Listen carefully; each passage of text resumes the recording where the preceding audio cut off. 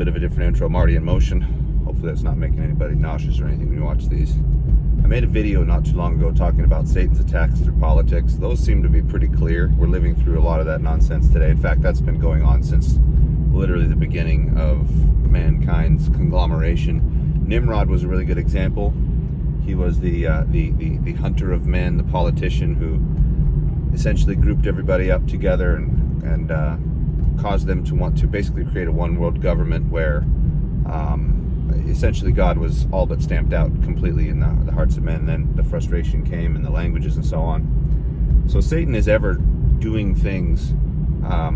Genesis 6, another great example. I've been going over the attack of the Nephilim. You know, he has as an angel some awareness of our genetic makeup and our structure based upon, you know, the design of the earth and atoms and molecules and so on. Clearly they have some sort of grasp of these things that is beyond our understanding, which totally explains randomly how, you know, we'll see certain technologies just pop out of nowhere, which I don't think they're popping out of nowhere. I think we're being helped.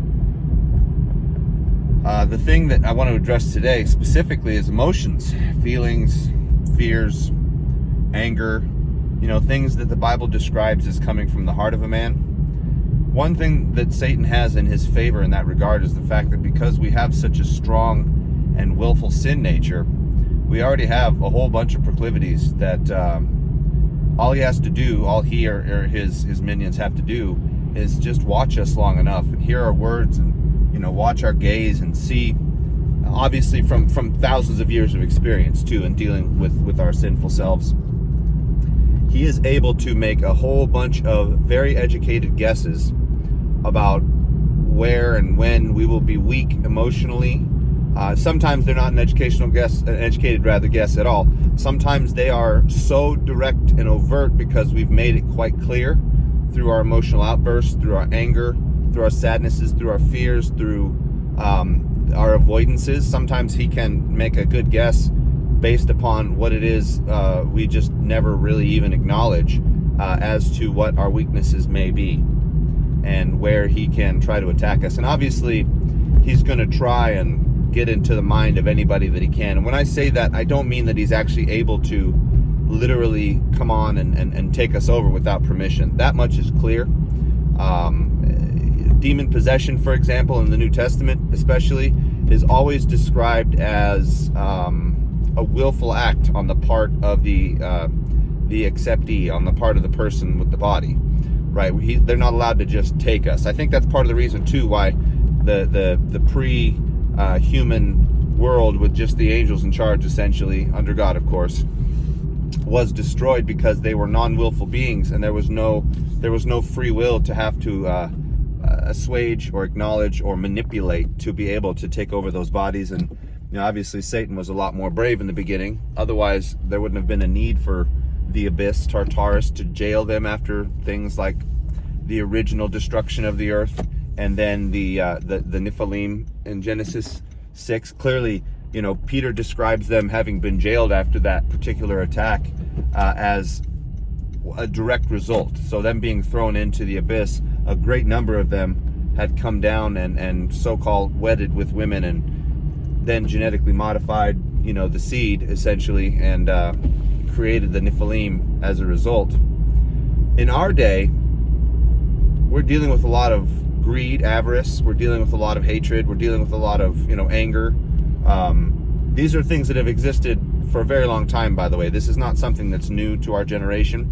However, because we have things so easy, you know, all Satan has to do is basically give us that feeling of scarcity, like things are going to be taken away from us, or we're not going to be accepted, or we're not going to be loved, or whatever our weakness is. It's wide ranging. It really is. Let's see here. 2 Corinthians 10:4-5 gives us kind of a vague and broad, it's not necessarily vague, but it's a broad example of how we are supposed to treat these things. The weapons we fight with are not the weapons of the world. On the contrary, they have divine power to demolish strongholds. We demolish arguments and every pretension or every supposition that sets itself up against the knowledge of God, and we take captive every thought to make it obedient to Christ. I think Paul went out of his way there to talk about thoughts specifically because not only do we as sinners have the ability to come up with some pretty messed up ideas and thoughts ourselves, but I mean, so the angels can come and create a genetic seed, essentially, and forgive the gross terminology. I don't know how else to put it other than in our modern day understanding through science. But the sperm essentially was created by genetic manipulation, fertilized the egg of the woman back in Genesis 6 and created humans. Who's to think that they can't like mimic our voice perfectly, right? Who's to think that they can't get in our ear and say things over and over again to us to a point to where we start to understand those whisperings as our own, right? Who thinks that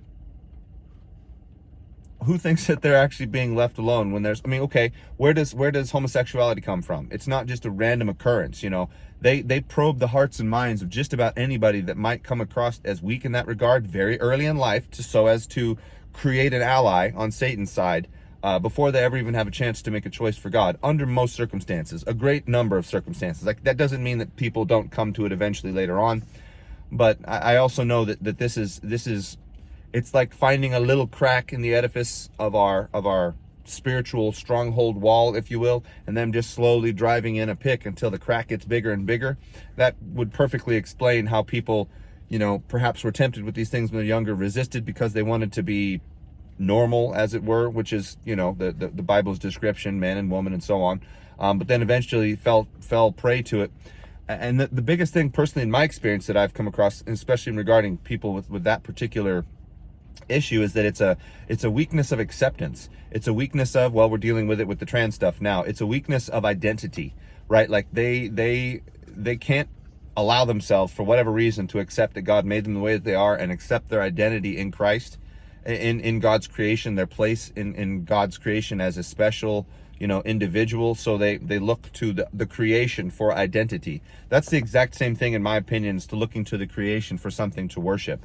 In this case, they're worshiping themselves, but the same idea. So if you're ever thinking you have these thoughts, not necessarily regarding homosexuality or trans ideology nonsense, but, you know, those greedy thoughts, those angry thoughts, those jealous thoughts, those mean, evil thoughts, even, you know, those murderous thoughts, all those things.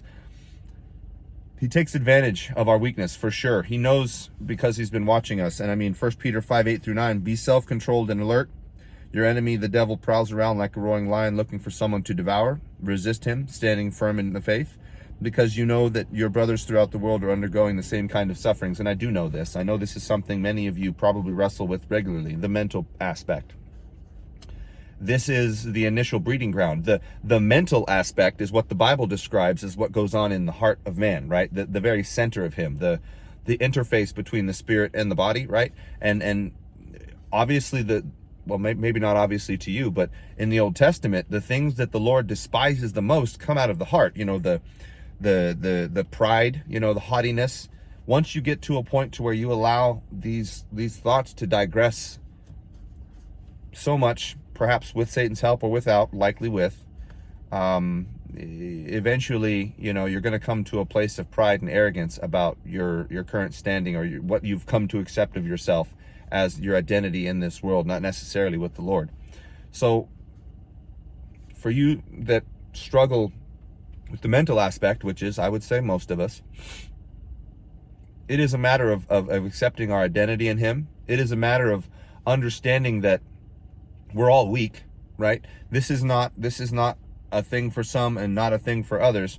Even the strongest of us have a mental crack in the edifice that can be exploited if we let it, right? But then we see in Ephesians 6:11, the armor of God, right? This is the thing where we are commanded to pick up the word and fight against it, right? So put on the full armor of God so that you can take your stand against the devil's schemes. That's verse 11. Here's 12. For our struggle is not against flesh and blood, but against the rulers, against the authorities, against the powers of this dark world, and against the spiritual forces of evil in the heavenly realms. All of those designations, the rulers, authorities, powers, dark forces, all of those are references to literal ranks of the devil's minions in whatever way that he has reassigned them. In fact, I have a video about how the angels, both holy and sinful, have kind of rearranged their war structure, if you will. So we're literally being told to be strong against these things by using the word. Proverbs 3:5-6, real quick, just for fun. Trust in the Lord with all your heart and lean not on your own understanding. In all your ways acknowledge him, and he will make your path straight.